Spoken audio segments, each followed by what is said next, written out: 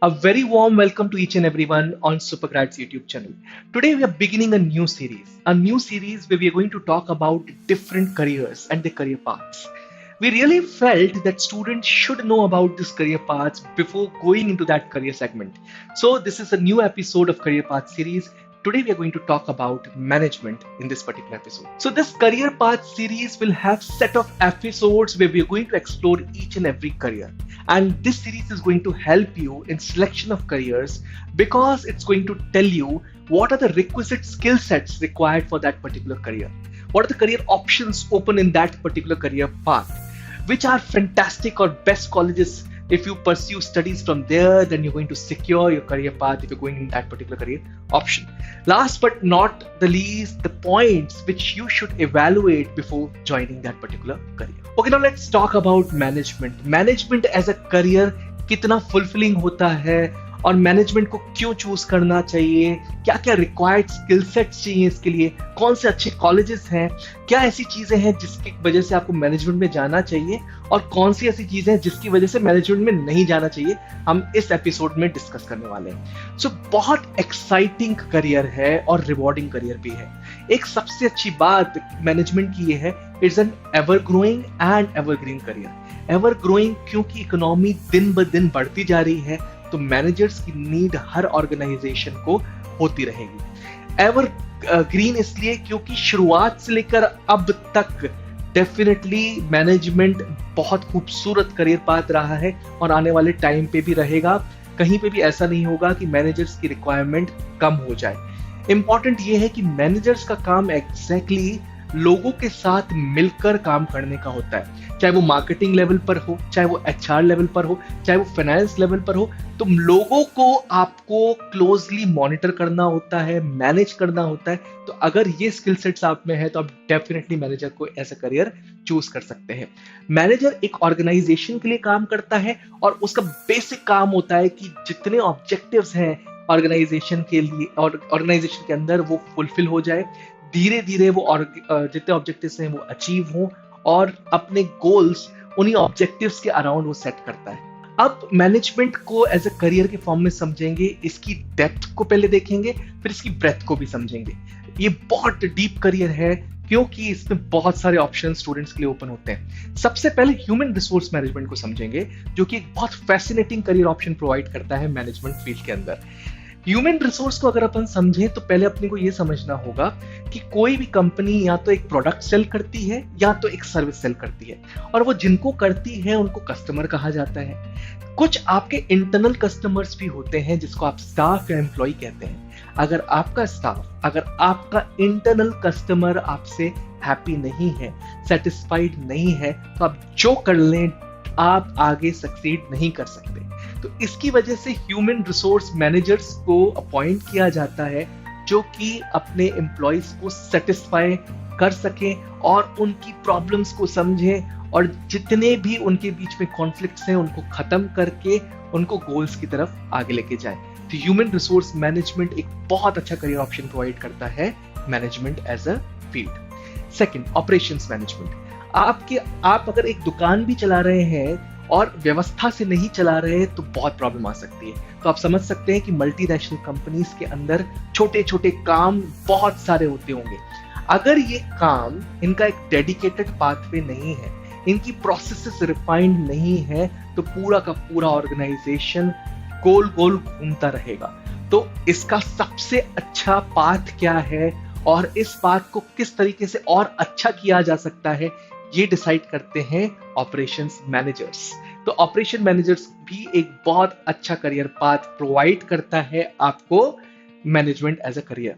Marketing management खुद में एक बहुत बड़ा करियर ऑप्शन है और इंडिविजुअल को 4 P's को मैनेज करना पड़ता है मार्केटिंग के अंदर। Product, price, place and promotion. Product कितना अच्छा होना चाहिए, उसकी प्राइस कितनी होनी चाहिए, इसको प्रमोट कैसे करें, कौन सी एडवर्टाइजिंग टेक्निक्स को यूज करें, last but not the least इसको प्लेस कहाँ पे करना चाहिए, किस जगह पर बिकेगा, कौन सा मार्केट आपके लिए बनाए, ये सब डिसाइड करता है एक मार्केटिंग मैनेजर। अब बात करते हैं फाइनेंस मैनेजर की।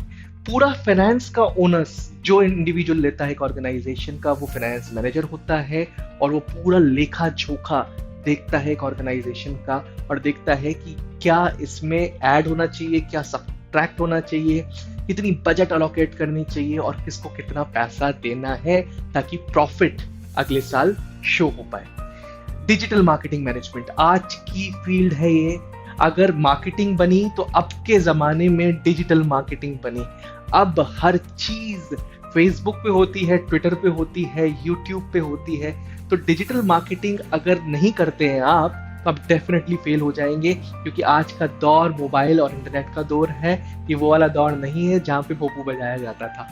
Last but not the least, technology management. क्योंकि डिजिटल मार्केटिंग बढ़ी तो टेक्नोलॉजी और टेक्नोलॉजिकल प्रोडक्ट्स भी बहुत बढ़े और इनको मैनेज करना भी अपने आप में एक बहुत बड़ी जिम्मेवारी है। तो डेफिनेटली एक टेक्नोलॉजी मैनेजर का भी जरूरत लेके आया है आपके सामने मैनेजमेंट एज अ करियर। अब करियर के ब्रेथ को समझते हैं, मतलब आप कैसे चालू करते हैं और कैसे खत्म करते हैं इस पर्टिकुलर करियर पाथ में। तो जब भी किसी इंडिविजुअल को रिक्रूट किया जाता है इनिशियल लेवल पे, तो उसको लो लेवल मैनेजमेंट पोजीशन पे रिक्रूट किया जाएगा। कारण उसके पीछे ये है कि अभी उसको पूरी करियर पाथ को समझना है और धीरे धीरे वो स्केल बाय स्केल ऊपर जाकर टॉप लेवल मैनेजमेंट पे पहुंचेगा। तो जब आप लो लेवल मैनेजमेंट पे होते हैं तो आपके पास काम बहुत ज्यादा होता है पर रिस्पॉन्सिबिलिटी कम। मतलब अगर आपसे कोई गलती होती है तो रिस्पॉन्सिबिलिटी आपके सीनियर की ज्यादा रहेगी बजाय आपकी। आप जैसे जैसे करियर पाथ में प्रोग्रेस करेंगे तो आप धीरे धीरे पहले मिड लेवल मैनेजमेंट पे आएंगे और फिर अंत में आते आते आप एमडी या सीईओ बनते हैं, जो कि टॉप लेवल मैनेजमेंट का हिस्सा है। तो आप ये अच्छी तरीके से समझ लें, कभी भी किसी पर्टिकुलर ऑर्गेनाइजेशन में कोई प्रॉब्लम आती है तो सीधा का सीधा ब्लेम किसको होता है, एमडी या सीईओ पर। फिर जाके वो जिस पर्टिकुलर एम्प्लॉय ने वो प्रॉब्लम क्रिएट करी उसकी बात होती है। तो एमडी और सीईओ मतलब रिस्पॉन्सिबिलिटी बहुत ज्यादा, लेकिन वो लोग इतना काम नहीं करते क्योंकि काम उन्होंने दूसरों को डिस्ट्रीब्यूट किया हुआ होता है और उनका काम सुपरविजन मॉनिटरिंग का सबसे ज्यादा होता है। तो जैसे जैसे आप करियर में लो से मिडिल पे जाते हैं आपका काम कम होता है, रिस्पॉन्सिबिलिटी बढ़ती है। मिडिल से टॉप पे जाते हैं आपका काम बिल्कुल कम हो जाएगा लेकिन रिस्पॉन्सिबिलिटीज और बढ़ जाएंगी। तो कौन कौन सी स्किल्स हैं जो कि रिक्वायर्ड हैं और डेफिनेटली आपको management as a career path suggest करती हैं, वो आपकी स्क्रीन पर हैं। सबसे पहले लीडरशिप स्किल्स। अगर आप अभी अपने स्कूल में हो, आप प्रीफेक्ट हैं या कैप्टन हैं या आप कोई अच्छी रिस्पॉन्सिबिलिटी ऑलरेडी ले चुके हैं, तो आप समझ लीजिए कि आपके अंदर एक लीडरशिप स्किल्स हैं और डेफिनेटली आपके टीचर्स भी आपको बोलते होंगे कि आपके अंदर लीडरशिप स्किल्स की क्वालिटीज हैं। तो आप डेफिनेटली मैनेजमेंट को as a career path choose कर सकते हैं। Secondly, communication skills. आप बहुत अच्छी तरीके से अपनी बात को रखना जानते हैं, मतलब आप जब भी कम्युनिकेट करते हैं तो सामने वाला आपको अच्छी तरीके से अंडरस्टैंड करता है।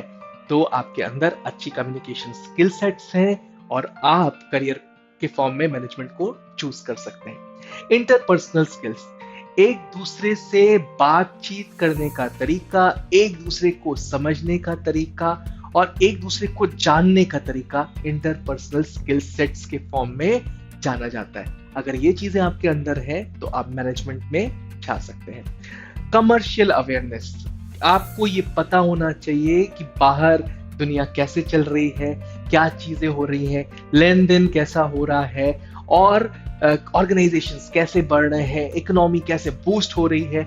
अगर ये चीजों में आपकी दिलचस्पी है, if you interested in these things, then definitely you can choose management as a career path. Creative problem solving and effective decision making skills.